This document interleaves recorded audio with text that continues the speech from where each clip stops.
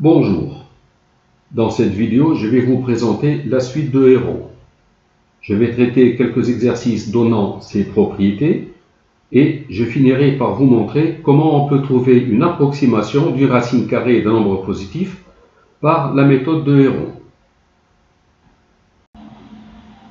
Je veux dessiner un rectangle dont l'aire est égal à A égale 64 cm². Alors pour commencer, je vais choisir donc la longueur et la largeur. Je vais choisir une longueur grand L égale à 16. Dans ce cas, la largeur sera l'aire divisé par la longueur. Évidemment, dans un rectangle, l'aire c'est longueur fois largeur. L'aire c'est 64 divisé par la longueur qui est égale à 16. 64 divisé par 16 c'est 4. Voici mon rectangle. Donc vous voyez ici la longueur est égale à 16 et la largeur est égale à 4. 16 fois 4 c'est 64. Seulement, je trouve que la longueur est trop importante par rapport à la largeur. Je vais donc modifier mon rectangle. L'aire, je veux qu'elle soit toujours 64, mais je vais donc changer la longueur et la largeur pour que ce rectangle ressemble plus à un carré.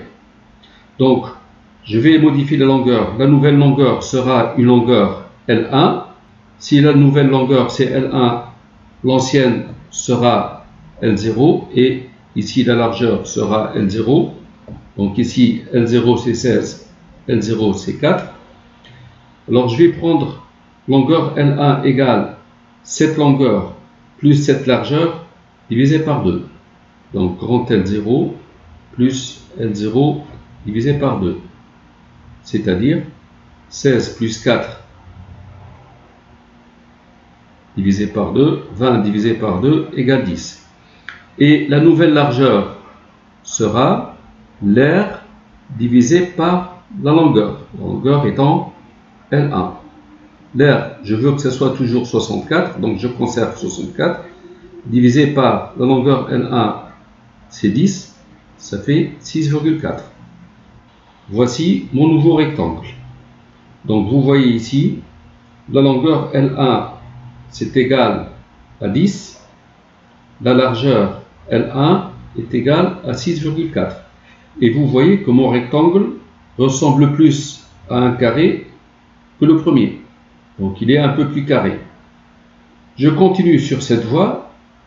Je vais changer la longueur et la largeur, l'aire étant toujours égale à 64, pour que le rectangle soit un peu plus carré. Donc voilà ce que je vais faire. Je vais changer la longueur. Au lieu de cette longueur grand L1, je vais avoir une longueur L2 qui sera grand L1 plus L1 divisé par 2. Donc 10 plus 6,4 c'est 16,4 divisé par 2 c'est 8,2. Et la nouvelle largeur sera L2 égale l'aire divisé par la longueur. L'aire, je veux que ça soit toujours 64. Donc 64 divisé par 8,2, ça va être à peu près égal à 7,8. Voici mon nouveau rectangle. Donc ici, la longueur c'est L2 égale 8,2 et la largeur est L2 à peu près égale à 7,8. Et vous voyez, le rapport ici entre la longueur et la largeur est moins important. Donc la longueur se rapproche un peu plus de la largeur. Et on continue ainsi. On va finir par obtenir un rectangle qui ressemble énormément à un carré. Donc l'aire c'est 64 et à la limite la longueur va être égale à la largeur. La longueur va être à peu près égale à 8 et la largeur va être égale à 8. Que se passe-t-il dans le cas général? Soit A un réel strictement positif, je dessine un rectangle dont l'aire est égale à A et dont la longueur est appelée grand L et la largeur est appelée petit l. Je veux que ce rectangle ne soit pas carré. Donc, grand L est strictement supérieur à petit l. L'aire est égal à A, c'est-à-dire grand L multiplié par petit l est égal à A, ou encore petit l égale A sur grand L. Premier résultat, grand L est strictement supérieur à racine de A. Pourquoi ce résultat est vrai? Eh bien, supposons le contraire. Donc, supposons grand L ne soit pas strictement supérieur à racine de A. Alors, L serait inférieur ou égal à racine de A. Or, petit l est strictement inférieur à grand L. La largeur est strictement inférieure à la longueur. Et grand L inférieur ou égal à racine de A, ceci nous donne petit l strictement inférieur à racine de A. Et si on calcule grand L fois petit l, grand L est inférieur ou égal à racine de A, petit l strictement inférieur à racine de A, le produit serait strictement inférieur à racine de A fois racine de A. Or, le produit ici, c'est A, c'est l'aire du rectangle, qui est strictement inférieur à A, ce qui est absurde. Donc, l'hypothèse grand L inférieur ou égal à racine de A est absurde. Par suite, grand L est strictement supérieur à racine de A. Eh bien, si je regarde ce rectangle, je trouve que la longueur est trop grande par rapport à la largeur. Donc, je vais écourter la longueur, donc je vais rendre la longueur un peu plus courte, tout en gardant la même aire, donc transformer ce rectangle en un autre rectangle qui ressemble plus à un carré. Comment je vais faire? Eh bien, je vais remplacer la longueur L par une longueur L1 qui va être égale à grand L plus petit l divisé par 2, c'est-à-dire 1 demi de grand L plus petit l, c'est-à-dire A sur grand L. Et la nouvelle largeur sera L1 égale A sur grand L1. J'obtiens donc un deuxième rectangle de même aire A et de longueur L1 égale 1 demi de grand L plus A sur grand L. Et la largeur ici, L1, comme le produit des longueurs et largeurs est égal à A, L1 c'est A sur grand L1. Le deuxième résultat, c'est L1 strictement supérieur à racine de A. Voici la démonstration. Eh bien, l'écriture L1 est strictement supérieure à racine de A est équivalente à L1, c'est-à-dire 1 demi de L plus A sur L est supérieur strictement à racine de A. C'est équivalent à grand L plus A sur L supérieur strictement à 2 racines de A. Comme c'est des nombres positifs, quand je lève au carré, ça devient équivalent à L plus A sur L au carré supérieur 2 racines de A au carré, ça fait 4A.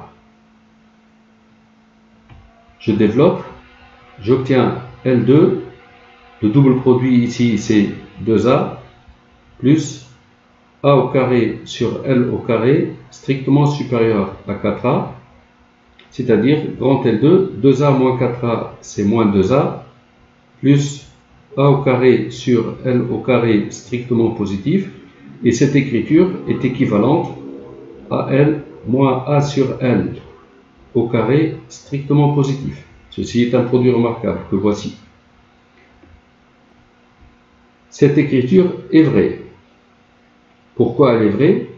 Parce que L étant strictement supérieur à racine de A, on a L2 strictement supérieur à A, et donc Si je divise les deux membres par L, j'obtiens L strictement supérieur à A sur L, c'est-à-dire L différent de A sur L, puisque c'est strictement supérieur, L différent de A sur L, c'est-à-dire L moins A sur L différent de 0.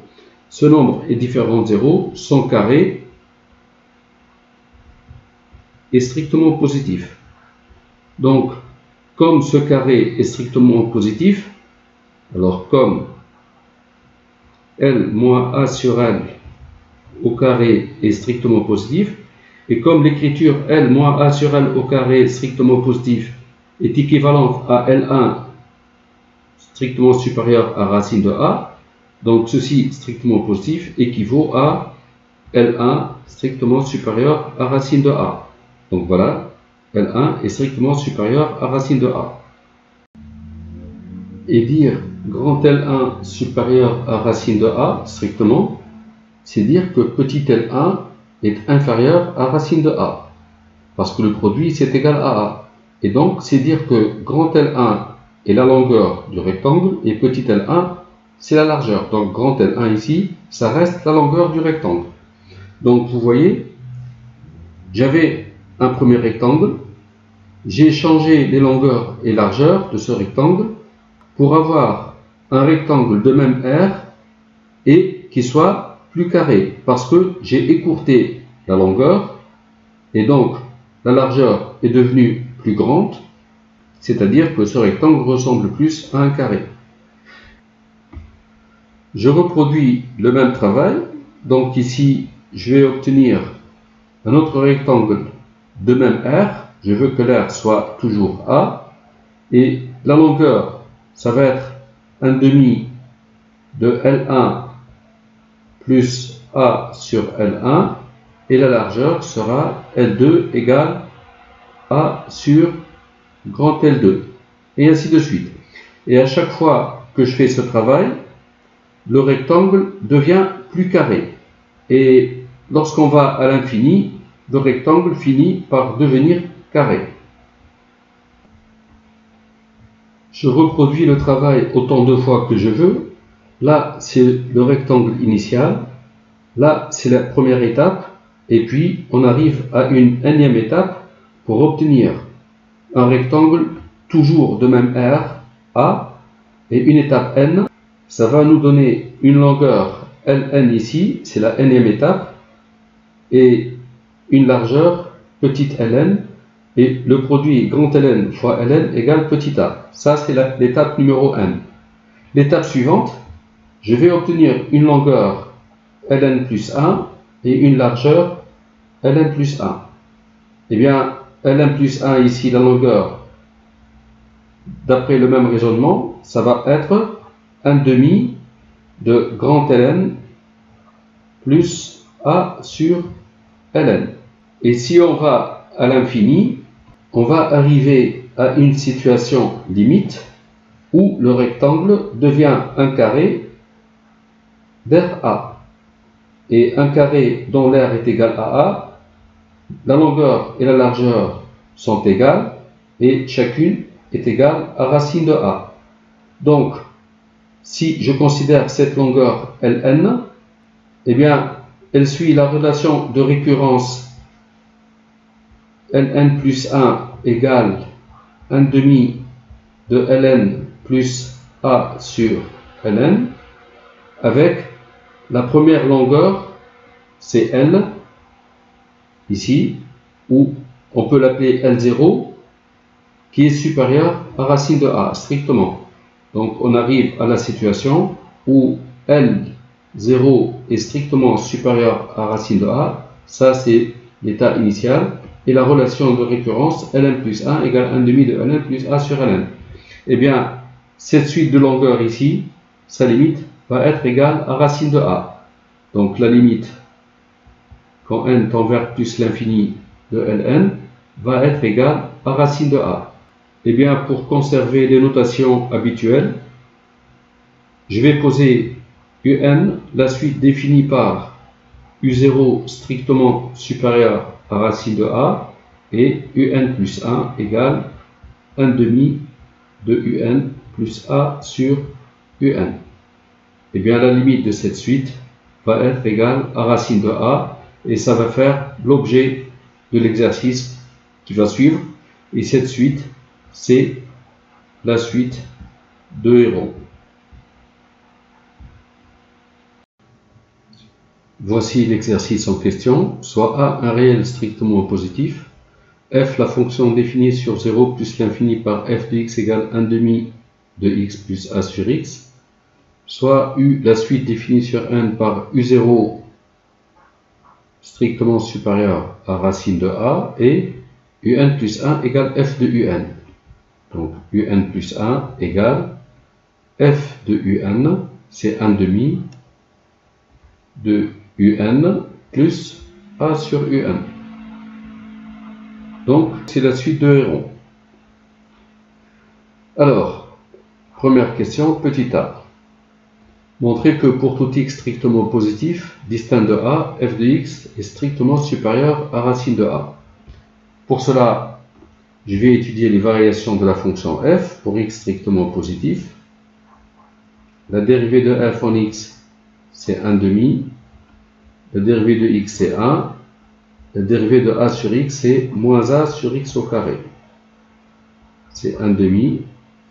Alors, divisé par x au carré, j'obtiens x au carré moins a. Donc, les variations de la fonction f, x sur 0 plus l'infini, la dérivée de f en x, alors x2 est strictement positif, le signe de x2 moins a s'annule en moins racine de a et racine de a, le signe c'est négatif entre moins racine de a et racine de a, sinon c'est positif. Donc la fonction f va décroître puis croître. F de racine de a, c'est 1 demi de racine de a plus a sur racine de a. A sur racine de a, c'est racine de a. Racine de a plus racine de a divisé par 2, c'est racine de a. Donc ici, c'est racine de a. Conclusion, pour tout x strictement positif avec x différent de racine de a, comme f ici elle est strictement décroissante puis strictement croissante, pour x différent de racine de a, f de x est supérieur à racine de a strictement. La question B, étudier le signe de f de x moins x sur 0 plus l'infini. Alors x appartient à 0 plus l'infini. Si je calcule f de x moins x, f de x c'est 1 demi fois x plus a sur x moins x, c'est-à-dire 1 demi de x plus a sur x moins 2x. 1 demi fois moins 2x, c'est moins x. On trouve f de x moins x égale 1 demi de x moins 2x, donc moins x, plus a sur x, c'est 1 demi. Le dénominateur ici, c'est x, donc c'est a moins x2. Le signe de f de x moins x sur 0 plus l'infini est le signe de a moins x2. Donc, x, f de x moins x sur 0 plus l'infini. A moins x2 s'annule en racine de a et moins racine de a. Donc le coefficient de x2 c'est négatif. Donc entre moins racine de a et racine de a, le signe c'est plus, sinon c'est moins. Donc voici le signe de f de x moins x sur 0 plus l'infini. Deuxième question, on va montrer que la suite un est minorée par racine de a. Un est minorée par racine de a signifie pour tout n de grand N, un est supérieur ou égal à racine de a. Alors, on va procéder par récurrence. L'initialisation pour n égale 0, u0 par hypothèse, on sait que c'est strictement supérieur à racine de A, on a bien U0 supérieur ou égal à racine de A. Et l'hérédité, soit n de grand N, supposant un supérieur à racine de A et montrons que un plus 1 est aussi supérieur à racine de A. Eh bien, comme f est croissante sur racine de A plus l'infini, on voit ici que f est croissante sur racine de A plus l'infini, alors, comme un est supérieur à racine de A, c'est l'hypothèse de récurrence, on a f de un qui est supérieur à f de racine de A, parce que f est croissante. F de un, c'est un plus 1, f de racine de A, c'est racine de A. C'est ce qu'il fallait démontrer. Donc, un plus 1 est supérieur à racine de A. Conclusion, pour tout n de grand N, un est supérieur à racine de A, et donc la suite un est minorée par racine de A. La troisième question, montrer que la suite un est décroissante. Pour cela, pour n appartenant à grand N, on va calculer un plus 1 moins un. un plus 1 moins un, c'est f de un moins un. Comme pour tout x supérieur à racine de A, on a f de x moins x négatif. On a vu ici que pour x supérieur à racine de A, f de x moins x est négatif. Donc, comme pour tout x supérieur à racine de A, on a f de x moins x. Et comme pour tout n de grand N, un est supérieur à racine de A, alors f de un moins un est négatif. Donc ici, je remplace x par un. un est supérieur à racine de A, donc f de un moins un est négatif. f de un, c'est un plus 1 moins un qui est négatif. Pour tout n, un plus 1 moins un est négatif. Conclusion, la suite un est décroissante.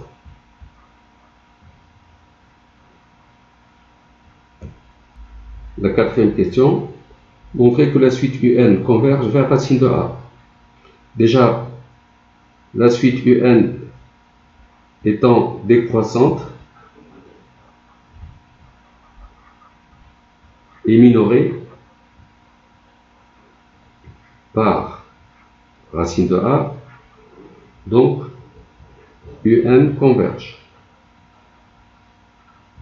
Soit L sa limite, soit L égale limite quand n tend vers plus l'infini de un. Alors, premier point, pour tout n de grand N,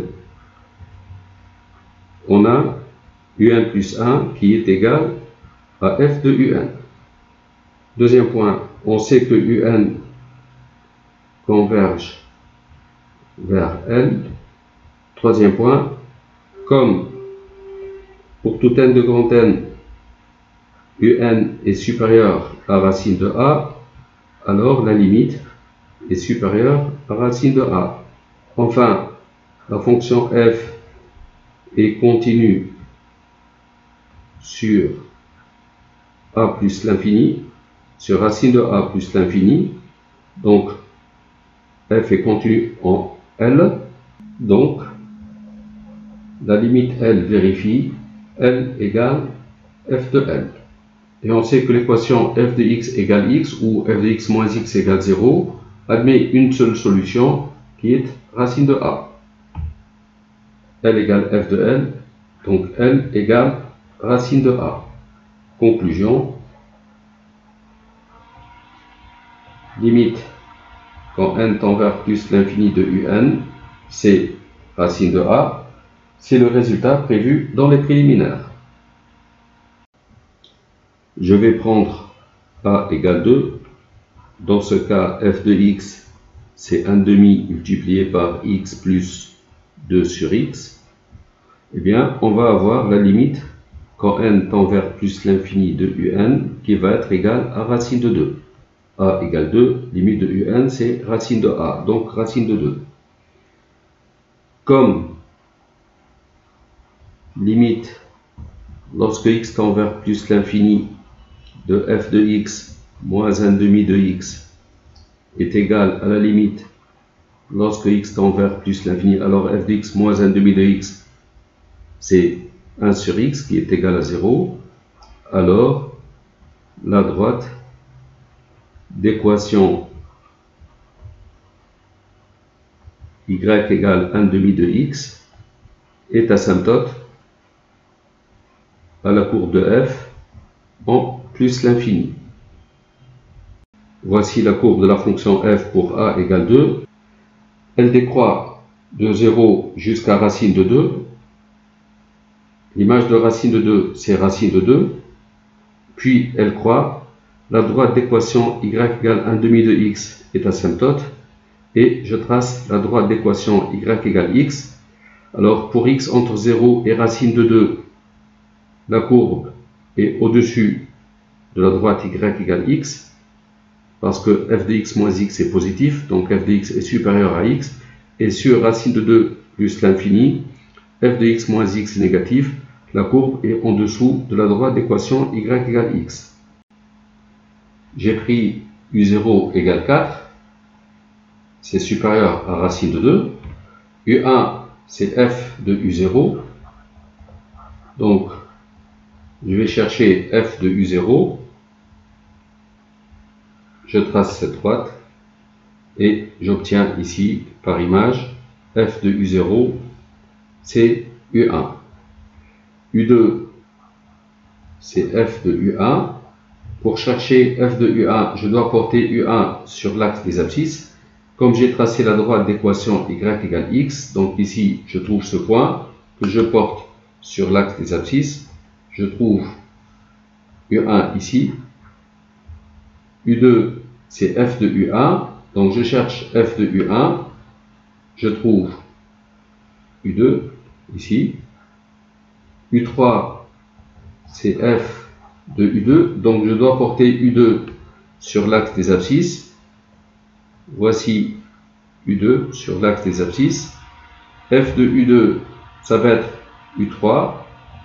Donc u3 va être quelque part ici. C'est f de u2. Donc je trouve u3. Je porte u3 sur l'axe des abscisses, donc je vais ici. Je trouve la valeur de u3 et ainsi de suite.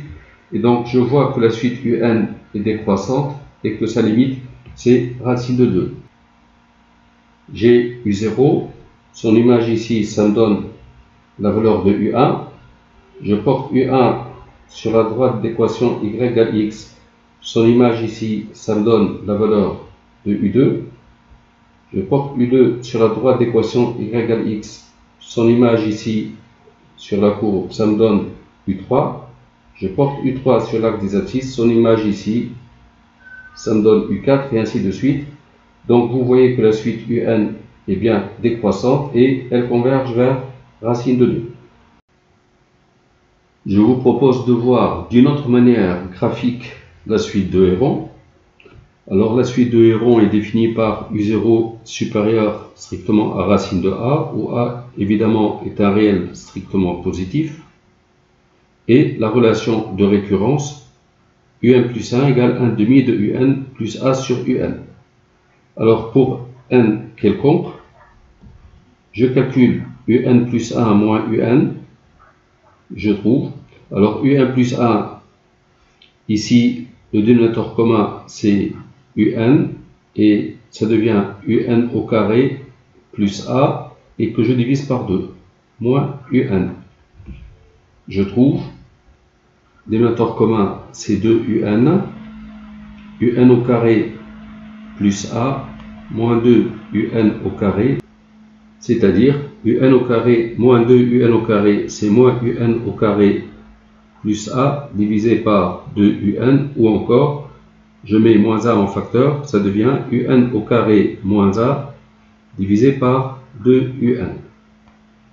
Je considère la fonction f définie par f de x égale x au carré moins a. Alors, la dérivée de f en x, c'est 2x. Voici la courbe de la fonction f. C'est une parabole. Elle a pour sommet le point de coordonnées 0, moins a. f de 0, c'est moins a. Et elle s'annule pour x égale racine de a et pour x égale moins racine de a. Je choisis un nombre u0 supérieur à racine de a. Voici u0. Soit donc u0 supérieur à racine de a. Et d, la tangente à la courbe de f au point d'abscisse u0. Donc, la tangente au point d'abscisse u0, c'est cette droite D. La droite D coupe l'axe des abscisses en ce point. Alors, je vais appeler AA ce point et je vais appeler A0 ce point. Donc, soit D la distance A0 à 1, alors le coefficient directeur de la droite D et la dérivée de f en u0. C'est la dérivée de f en u0. D'autre part, on sait que le coefficient directeur de cette droite, c'est la tangente de cet angle alpha. Donc, et la tangente de l'angle alpha, et la tangente ici, c'est dans ce triangle rectangle ici, c'est côté opposé sur le côté adjacent.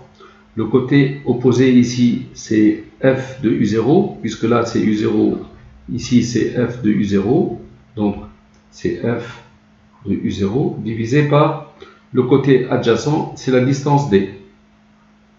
Donc, le coefficient directeur de d, je l'ai obtenu de deux manières. J'obtiens la dérivée de f en u0, c'est f de u0 divisé par d, ou encore la distance d, c'est f de u0 divisé par la dérivée de f en u0. f de u0, c'est u0 au carré moins a, sur la dérivée de f en u0, c'est 2 fois u0. Je reviens à u1 moins u0, c'est, d'après ce calcul, moins u0 au carré moins a divisé par 2 fois u0. Donc, comme u0 au carré moins a sur 2 u0 c'est égal à d, c'est égal à moins d. Ceci nous donne u1 égale u0 moins d. Cette distance est égale à d. Donc, u0 moins d, c'est cette valeur-là. Donc, cette valeur, c'est u1. En conclusion, ayant choisi le premier terme u0 strictement supérieur à racine de a, comment construire u1? Eh bien, on trace la parabole d'équation y égale x au carré moins a. On trace la tangente à cette parabole au point d'abscisse u0. Cette tangente coupe l'axe des abscisses au point d'abscisse u1. Donc, on trouve la valeur u1. De même, pour trouver u2, on trace la tangente à la courbe au point d'abscisse u1. Donc, voici u1, le point de la courbe d'abscisse u1. Voici la tangente au point d'abscisse u1. Et bien, cette tangente coupe l'axe des abscisses au point d'abscisse u2. Et ainsi de suite Voilà comment on construit les termes de la suite UN. J'arrive maintenant à l'approximation des racines carrées par la méthode de Héron. Il s'agit toujours de la même suite, la suite de Héron. A strictement positif, U0 est supérieur strictement à la racine de A et UN plus 1 égale 1 demi de UN plus A sur UN. On a vu tout à l'heure que la suite U est minorée par racine de A, qu'elle est décroissante et qu'elle converge vers racine de A. Donc on ne va pas refaire. Donc je passe directement à la deuxième question. On va montrer que pour tout n de grand N, UN plus 1 au carré moins A égale UN au carré moins A le tout au carré divisé par 4 UN au carré. Et bien UN plus 1, c'est 1 demi de UN plus A sur UN. Alors ici, le dénominateur commun, c'est UN, donc ça devient UN au carré plus A, et puis qu'on divise par 2, ça c'est UN plus 1. J'élève au carré moins A égale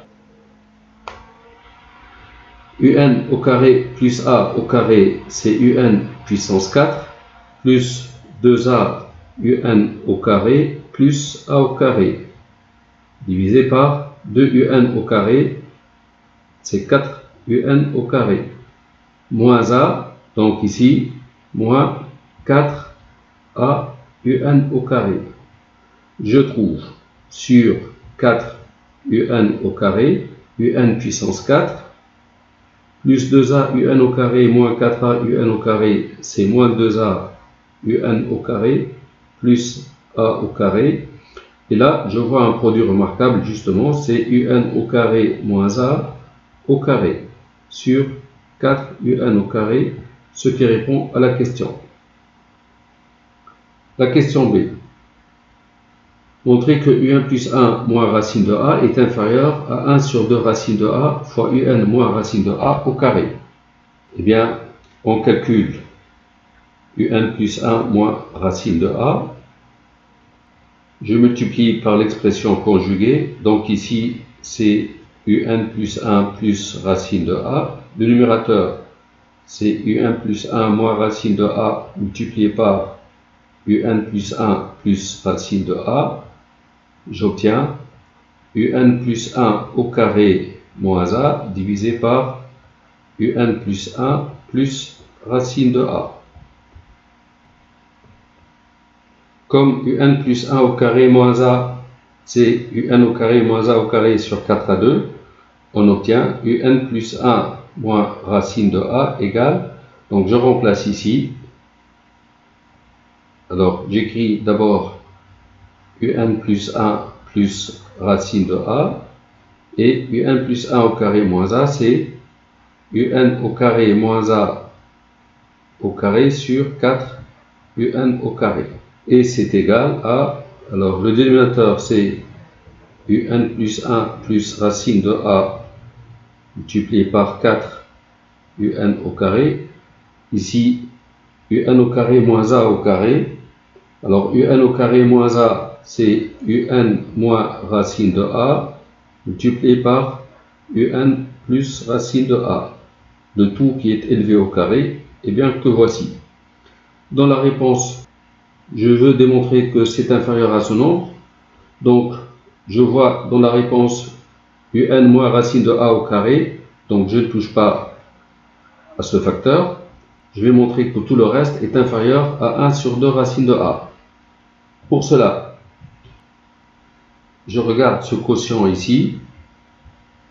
UN plus racine de A de tout au carré divisé par UN au carré, c'est UN plus racine de A divisé par UN.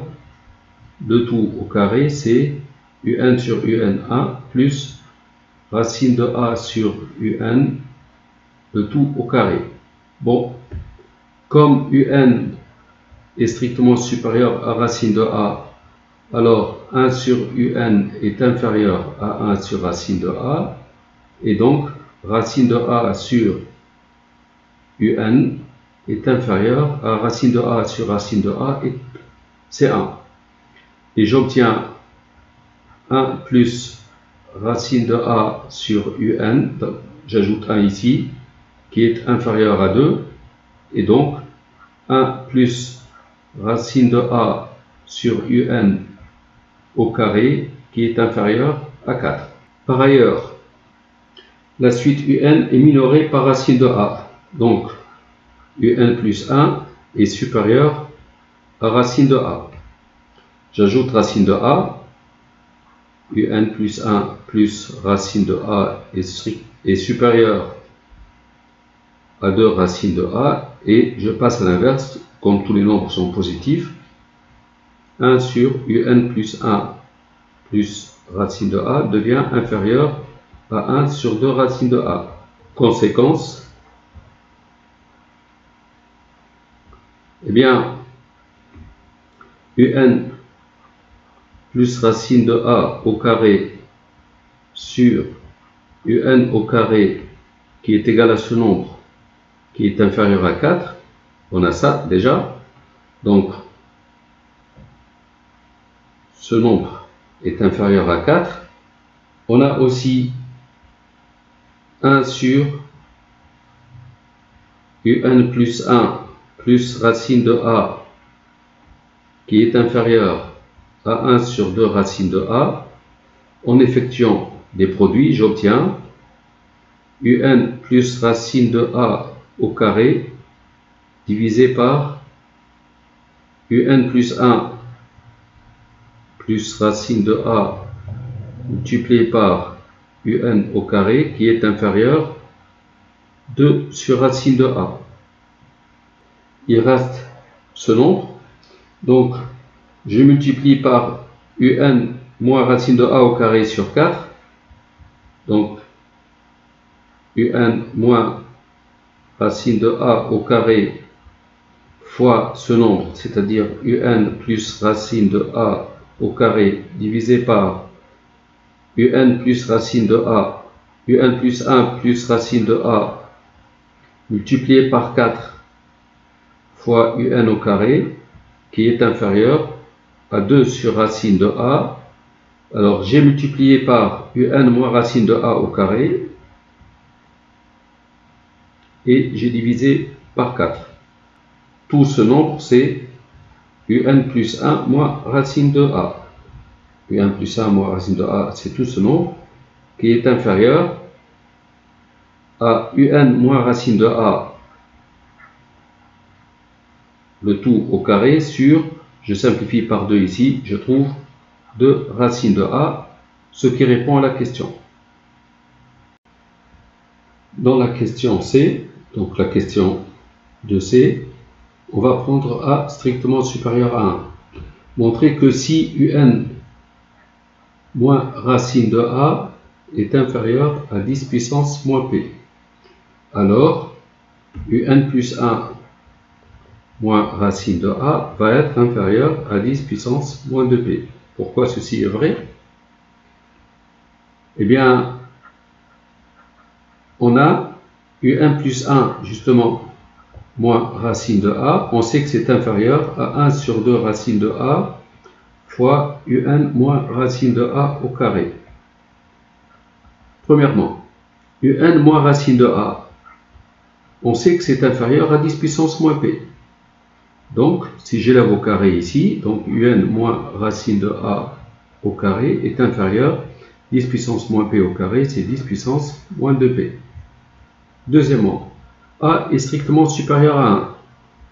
Donc 2 racine de a est strictement supérieur à 2, c'est-à-dire 1 sur 2 racine de a est inférieur à 1,5, c'est-à-dire inférieur à 1. 1 sur 2 racine de a est inférieur à 1. On effectue les produits, on trouve ce nombre est inférieur à 10 puissance moins 2p, ce nombre est inférieur à 1, le produit, on trouve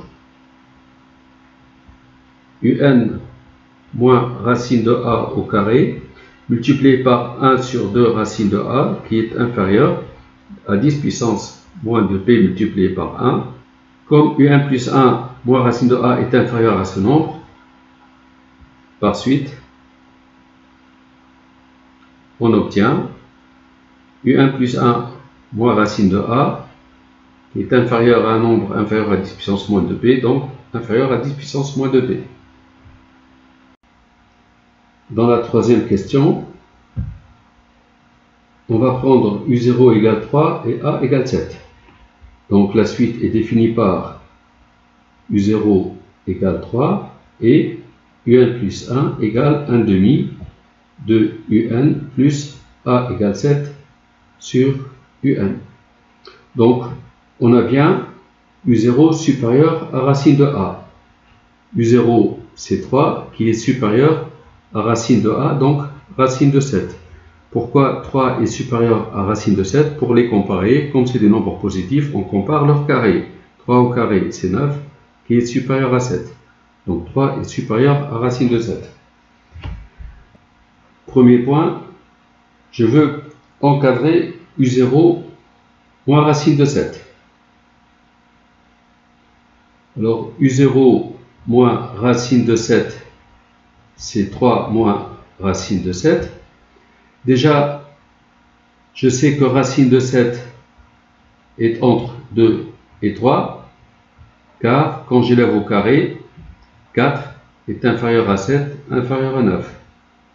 Donc, moins racine de 7, c'est entre moins 3 et moins 2. Et j'ajoute 3. 3 moins racine de 7. 3 moins 3, c'est 0. 3 moins 2, c'est 1. Donc, je trouve le résultat.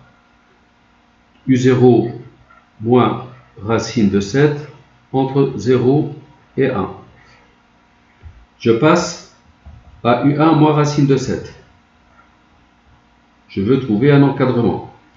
D'après cette ligne, U1 moins racine de 7, c'est inférieur à 1 sur 2 racine de 7 fois U0 moins racine de 7 au carré. Comme racine de 7 est supérieure à 2, on l'a dit ici, alors 2 racine de 7 est supérieur à 4, donc 1 sur 2 racine de 7 est inférieur à 1 quart.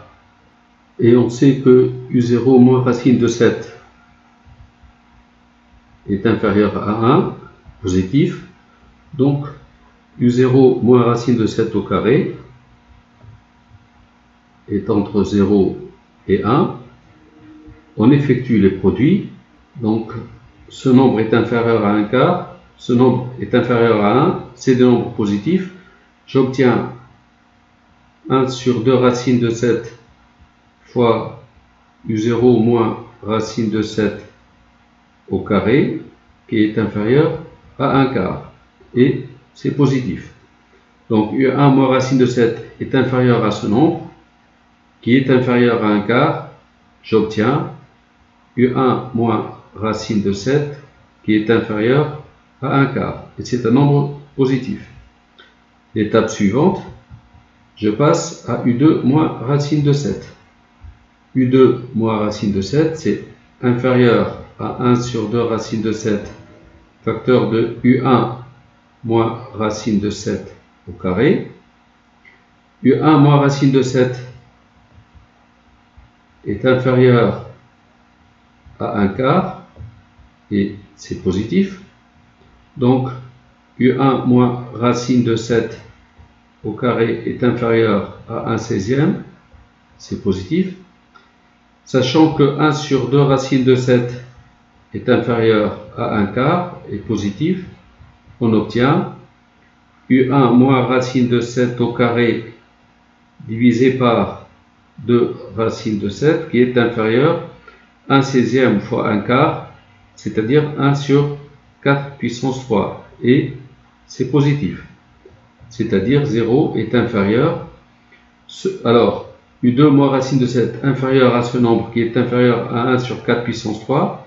1 sur 4 puissance 3, c'est à peu près 0,01 puis 6 à peu près, qui est inférieur à 10 puissance moins 1, inférieur à 1 dixième. Donc j'obtiens U2 moins racine de 7 qui est inférieur à ce nombre, qui est inférieur à 1 dixième. Donc U2 moins racine de 7 inférieur à 10 puissance moins 1. Alors, Ayant U2 moins racine de 7 inférieur à 10 puissance moins 1, je vais appliquer la question C. U2 moins racine de 7 inférieur à 10 puissance moins 1, donc U3 moins racine de 7 est inférieur à 10 puissance moins 1 au carré, 10 puissance moins 2. U3 moins racine de 7 inférieur à 10 puissance moins 2 implique U4 moins racine de 7 inférieur à 10 puissance moins 2 au carré, 10 puissance moins 4. U4 moins racine de 7 inférieur à 10 puissance moins 4, donc U5 moins racine de 7 inférieur 10 puissance moins 4 au carré, 10 puissance moins 8. Je trouve le résultat. U5 moins racine de 7 inférieur à 10 puissance moins 8. Donc j'écris les inégalités larges, tant pis. Et U5 moins racine de 7 est positif, parce que la suite UN est minorée par racine de 7, donc U5 est supérieur à racine de 7. U5 moins racine de 7 est positif. La différence entre U5 et racine de 7 est inférieure à 10 puissance moins 8. On peut dire que U5 est une valeur rapprochée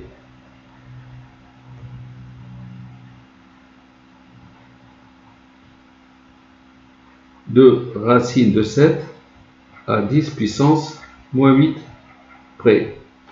Alors, pour calculer U5, on a U0 égale 3. U1, c'est 1 demi de 3 plus 7 tiers. On peut calculer à la main. Et puis, on peut calculer à la main aussi U2, U3 jusqu'à U5. C'est un peu long, mais c'est faisable. Alors, on trouve U5, c'est à peu près 2,6, puis un 4, puis un 5, puis 75, puis 13, puis 11, et ainsi de suite. À 10 puissance moins 8 près, 10 puissance moins 1, moins 2, moins 3, moins 4, moins 5, moins 6, moins 7, l'erreur peut porter sur ce chiffre. Racine de 7 est donc 2,6, 4, 5, 7, 5, 1, 3, etc. Ces chiffres sont corrects.